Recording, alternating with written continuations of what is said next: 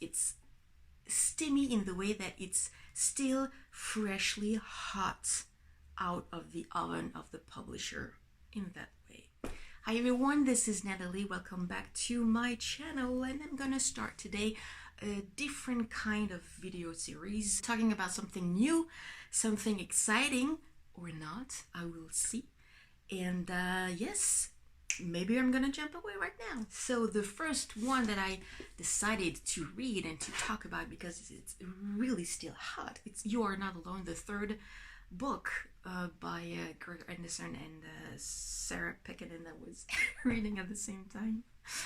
I read by this duo author, The Wife Between Us, not so far along, and I really did love it. It's a bit twisty, weird in the way that the whole story happened for The Wife Between Us. I just finished it, and I can tell you that it is a strong 5 stars. The book is spread on 3 different parts, and those parts are following the main characters through the evolution of the telling of that story. Shay Miller, a young woman in her 30s, is a bit struggling with her life at that point.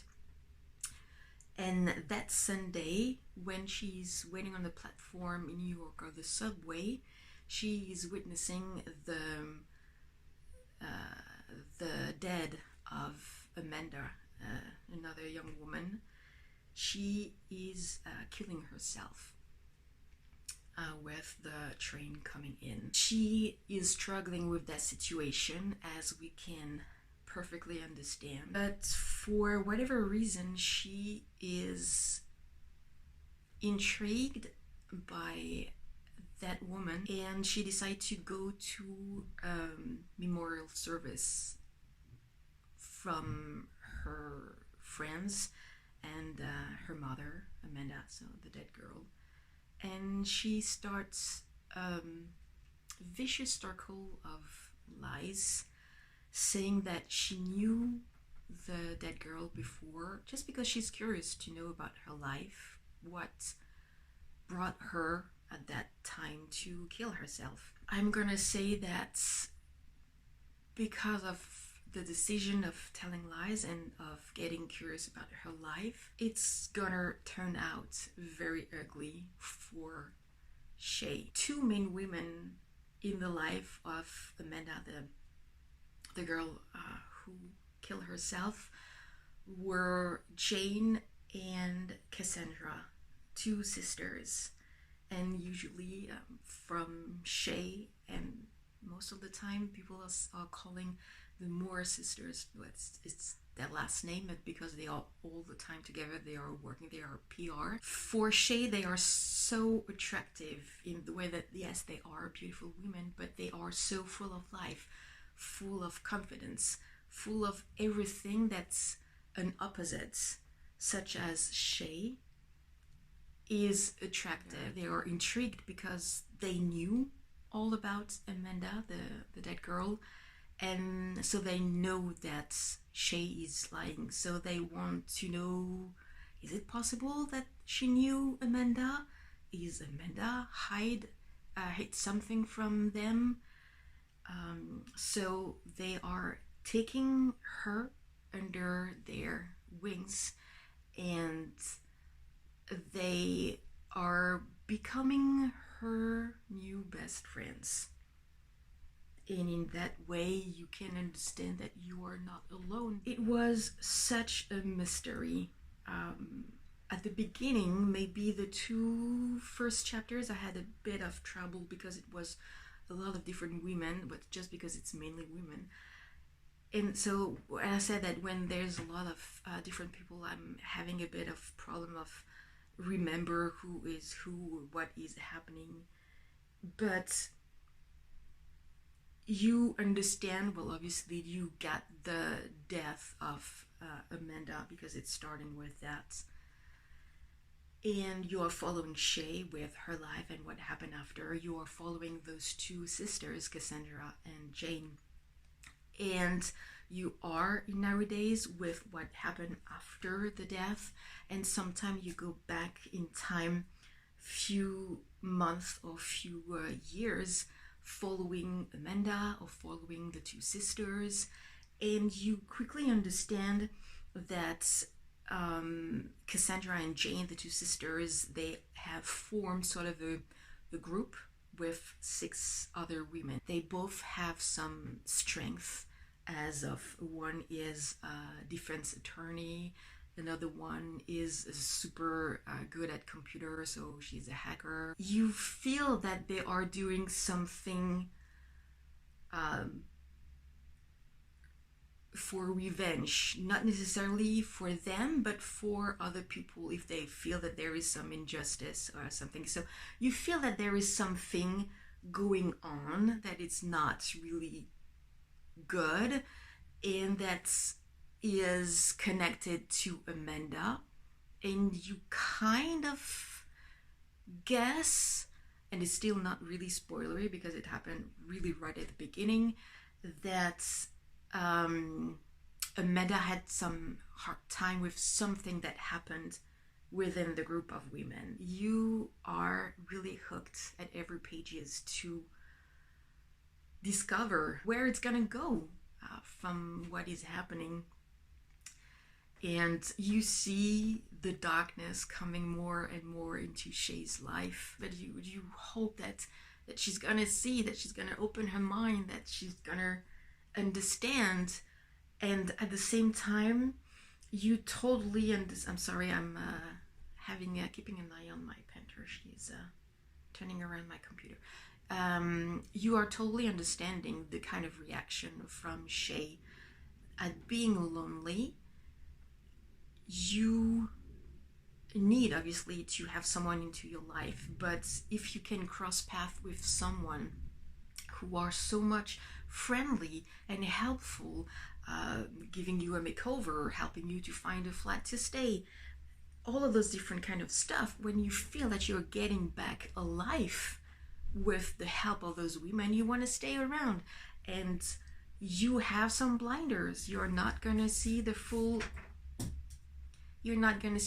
picture of what may have happened, and some details that we can see, she's not gonna pick them up because her mind isn't just not there. So you really don't have anything wrong to say about her behavior or the way that she reacts to what is happening. The more that we are getting inside the story, and the more that we are having an idea of how dark that circle of women can be, you really don't wish that it's gonna end up in their direction. The reveal and the ending, it was, well, satisfying. I'm not gonna say more than that. Every reaction was justified, that it would be totally that it would happen for anyone in that situation. If you were in Shay's shoes, I would probably definitely react the same way. It's always easy when we are outside and we are watching things. Oh yeah, what, I would have seen that coming way before. I would have done that. Yeah, maybe, but probably not. If you didn't really enjoy The Wife Between Us, I think that you may really like or love You Are Not Alone, because it is twisty and it is weird, but in a different way from The Wife Between Us, but I would say in a better way. I strongly recommend you to read it. Yeah. No, that was a good surprise, and that was good. When you read, a thriller, and you are so hooked and you are so satisfied at the end, it's like, oh, that makes my day. Back with my second, still too hot, but I can still talk about it. The new Peter Swanson 8 Perfect Murders. I'm gonna get it right. This is a whodunit mystery. It was enjoyable in the way that It is not, for me, obviously, as good as the kind worth killing that I immensely and tremendously love. But it is better than the previous one before she knew him that I really didn't like. I am fairly conscious that it's not gonna be an easy task to reach the level of a kind worth killing. It's a 3 stars. Not a generous, just a 3 stars. Throughout the whole reading experience, I didn't feel at any time excitement. So, I haven't told you what this is all about, right? It's not really helping. We are following Malcolm Kershaw. He have owned a bookstore, mystery store, specialized in mystery books.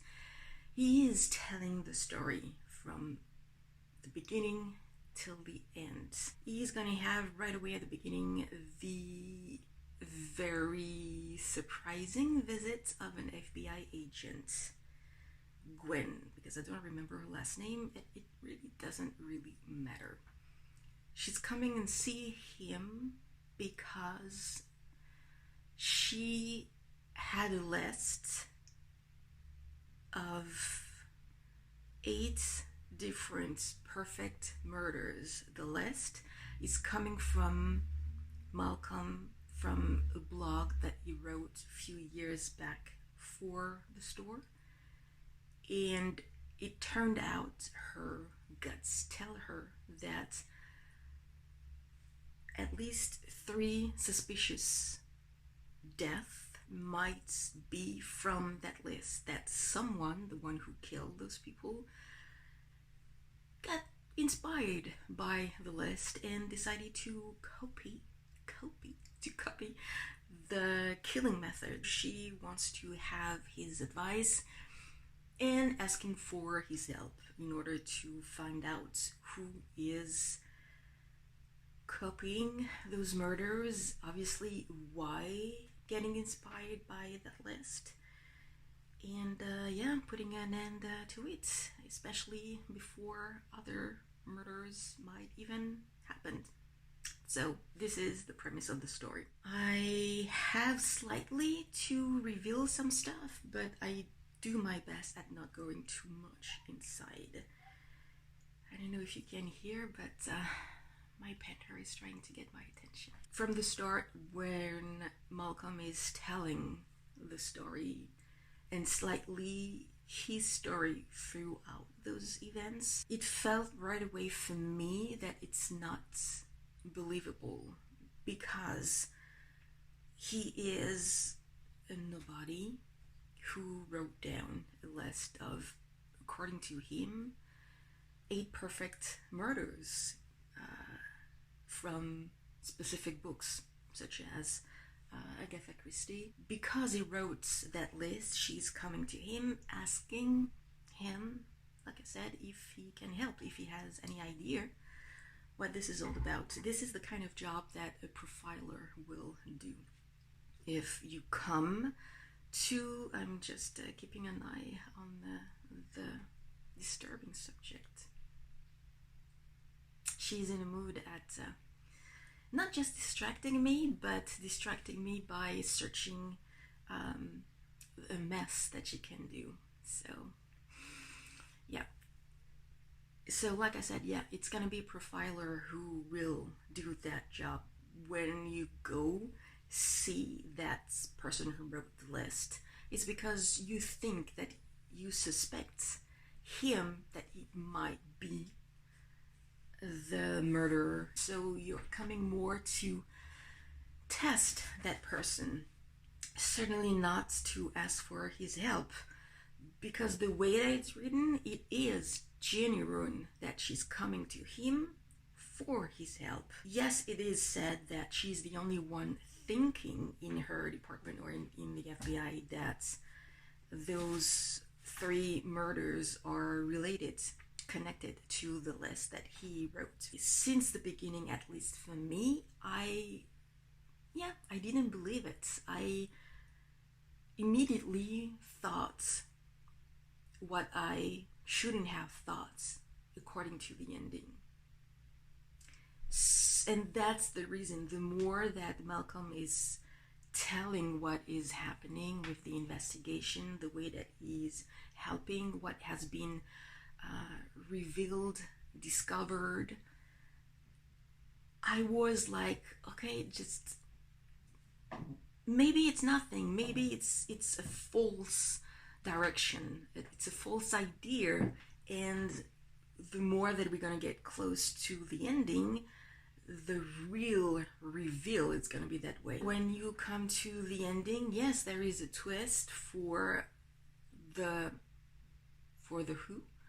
That it's true that I never really think that it could be that person, but it is such, for me, a tiny twist that, and I can't see that it can be a bigger twist anyway for anyone. But even until, it keep going till the ending, I don't see how you cannot see coming from the first sentences. Yeah, it was way better than Before She Knew Him. It didn't deliver the hope that at least this one will gonna try closely to reach again the kind worth killing, but nevertheless, I'm still enjoying Peter Swanson. This is everything for this first part series of Still Hot, just because 8 Perfect Murders is just, I don't know, it was in December or January that it got, or February, anyway, it's just a few weeks that it got out. You're Not Alone by Greer, Henderson, and Sarah Pekkanen. I always have to check because I always want to say Sarah Pinborough. I don't know why. Sarah Pinborough, I put her everywhere that it's a duo. You Are Not Alone, as I said, it's just even shorter. I think even less than a month that it was published. And that one, I just have to say again that it was a 5 stars. It was even better than The Wife Between Us. So I hope that these reviews are gonna give you some interest at reading something new, and tell me if you read those. What was your thoughts, your opinions, your excitement, or your deceptions? And until the next time, then I'm gonna come with something still hot. Well, don't get too cold.